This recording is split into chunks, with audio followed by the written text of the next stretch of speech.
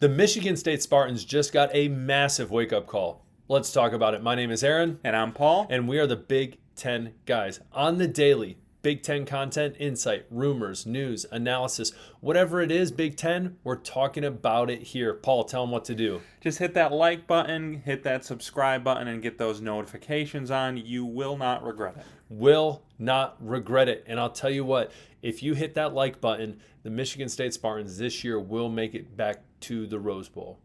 Gosh. Yeah, that was That's a lot of power. We will possibly make it to the Motor City Bowl. Maybe the Pop-Tarts Bowl. Hey, that's a prestigious bowl. We'll go with it.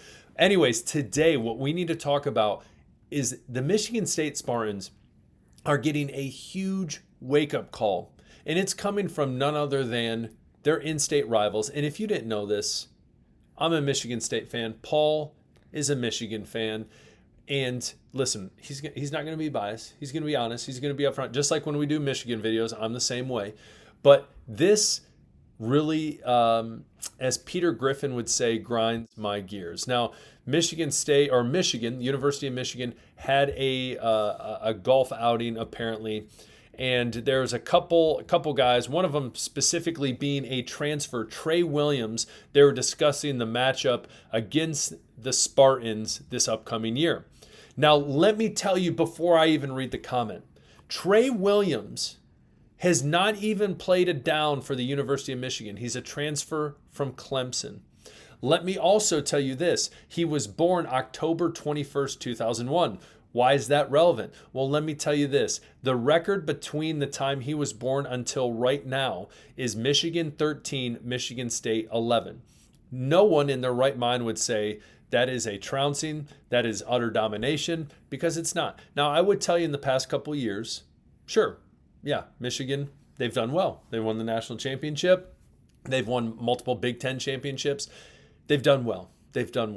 But also, we can't forget that in the middle of that time as well, back before that, Michigan State had also won multiple Big Ten championships, had made the playoff, had won the Rose Bowl, had won the Cotton Bowl. I forgot about it. You know what? But I'm here to remind you, Paul. Okay. I'm here to remind you. But that being said, guys, here's the wake-up call. Trey Williams coming out and saying, quote, little bro in East Lansing, we'll put it like that. Go to little bro crib in East Lansing, pop out. It's going to be a good time. Same thing as normal, as they say. And then belt off to their behind, man. Okay, so here's the deal. Let's remember Mike Hart last time he made this little bro comment. Michigan State was on it's almost like they're like a stock graph where they go up and then they come back down. But usually when they hit rock bottom on their way up, there's a comment made by a Michigan player that literally it really wakes them up and they come to the realization, hey, we're here to play football. What are we doing? What's it mean to be a Spartan dog and go out there and play with pride? Because again, a guy mouth it off like this, who hasn't even played for the University of Michigan once, it should be a massive wake-up call to the Spartans. And not only that, but then as well, Michigan State preseason poll being ranked 13th. Ladies and gentlemen, tied with Rutgers. There's one team in the Big Ten you don't ever want to be tied with. It's Rutgers. So I'm looking at this right now, and granted, I know you're going to say, listen, Aaron, that's all arbitrary. It doesn't matter. But I hope one thing that is really going in East Lansing is, listen, people don't expect anything out of us. People are doubting us. People, and it needs to be turned around to in that facility saying, listen, people are sleeping on us. They don't care. They think we're gonna be a pushover, and they need to feed off that. Now, I know last time I said that, someone said to me, well, Aaron, the whole chip on your shoulder mindset. There we go. That's stupid football. That's not how you play football. No, we need to understand, just because you have a chip on your shoulder and you're working hard, you're putting in the time, and you have that hard-working mindset, that doesn't mean you're going out on the football field and playing stupid. Those are two different things. Michigan State is a tried and true, they will show you, lunch pail type team, blue collar type team, put in the work, and stuff like this should only get them upset. As we continue, preseason offensive player of the year, Aiden Childs is even on there. A lot of potential in him. There's multiple Indiana guys before him. Not even honorable mention, or Nick Marsh. Now, I obviously can see Jeremiah Smith, unreal talent, but you can't argue Nick Marsh. He's great. He's great. He has potential, ton of potential, and so it only goes to show people in this conference, in-state rivals, are sleeping on the Spartans. And the question then becomes, are the Spartans going to step up? Are they going to put in the work? Are they going to prove Michigan wrong? They're going to prove the Big Ten wrong. They're going to prove the nation wrong. And they've done a lot of changes. They've made a lot of changes. They got a lot of great players coming back, but can they do it? Paul, as a Michigan fan, what are your thoughts? Well, I'm remembering the end of the Michigan State game last year, too, where Colston Loveland, and I forget who it was on Michigan State, got into it on the last play and ended up kind of fighting. And then Colston Loveland, in his interview, said something like, little brother doing little brother things. So, the fuel to this rivalry has been going back a full year. And now you see Michigan still throwing some hot coals on that fire. I think it even said in that article, Derek Moore took his belt off, went through the effort of pulling his belt off of himself to demonstrate what they were going to do. I mean, if I'm a Michigan State player, I'm probably watching that and being pretty upset. Now, Michigan's been backing up a lot of talk in recent years. They have. But I'm usually one, I prefer to see my team do their talking with their play on the field. I don't think there's any reason to get anyone riled up, give bulletin board material to anybody, but for sure, it is what it is. And I think Rayshawn Benny was mentioned in that article too, as one who was talking. Was he committed to Michigan State at one point? I know it was like down to the wire. It was down to the wire, yeah. So I'm sure that doesn't feel good, but it doesn't feel great. But I'll tell you this: the game specifically against Michigan is in East Lansing, obviously, as Williams also mentioned. But it's a rivalry game. Anything can happen. I'm not telling you right now to go bet on Michigan State, but I do truly believe stuff like this should just be a massive wake up call to this team. Like, listen. You're tied for people think you're down there with Rutgers.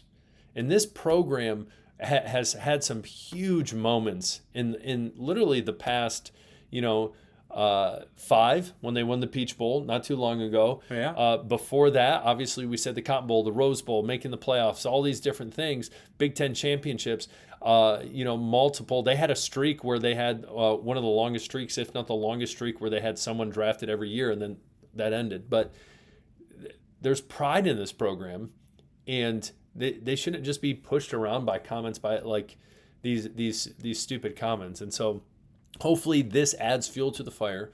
Hopefully this is a wake-up call, and hopefully this team continues to put in the work when it comes to coming back and really getting ready for the Wolverines come. I'm assuming that game's probably October, but yeah. Well, and honestly, I never like to give Sparty any credit, but I do think they have the tools to, for sure, be better than Rutgers in 13th place. But, I mean, they can give Michigan a hard time on the road. Like, I remember watching Aiden Childs last year. The dude can sling it. He's got an arm. He can run it. You just see talent oozing out of him. He's obviously, he's got to watch the turnovers, got to make smarter plays. Sure. But it was his first year full-time as a starter, right? I don't think he ever started at Oregon State. Well, he got some significant playing time at Oregon State at times, but that was because DJ, I always butcher his name. Ukulele? Ukulele. DJ Ukulele. The man's played at 100 different schools, So, but anyways, they have a few pretty quality receivers. Like, they have the weapons to challenge some of these teams, and then You make them angry, they're going to go even harder on you in the trenches. I think they can make the game interesting. For sure. And let's not forget, Michigan has lost a lot of players too.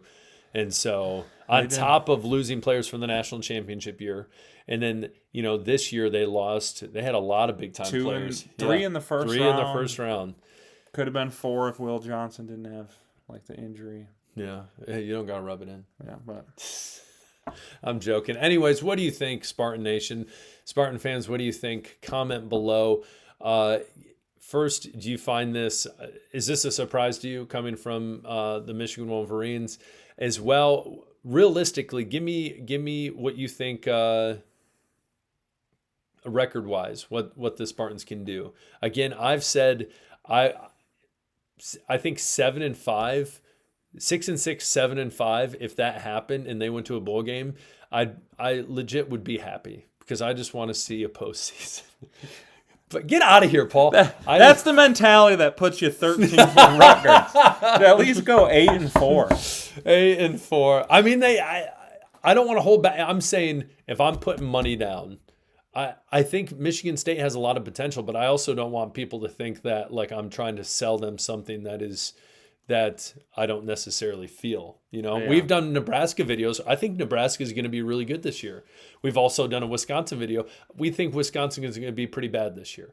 So I'm going to be upfront. I truly think, if they went 6-6, 7-5, I think most people would say, all right, that's growth. We're going, it's growth in the right direction for Jonathan Smith in his second year. So I don't know. We'll see. Paul, what do you think?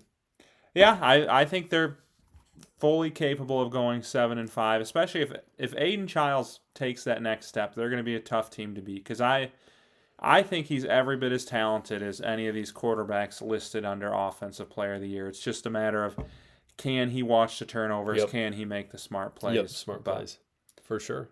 And he could. Yeah. And if that's the case, then I'm changing my opinion from 6-6 or 7-5 to something else. So we'll see. Anyways, if you haven't already, hit that like button. There we go. Hit the subscribe button, and we'll talk soon. See ya. Peace.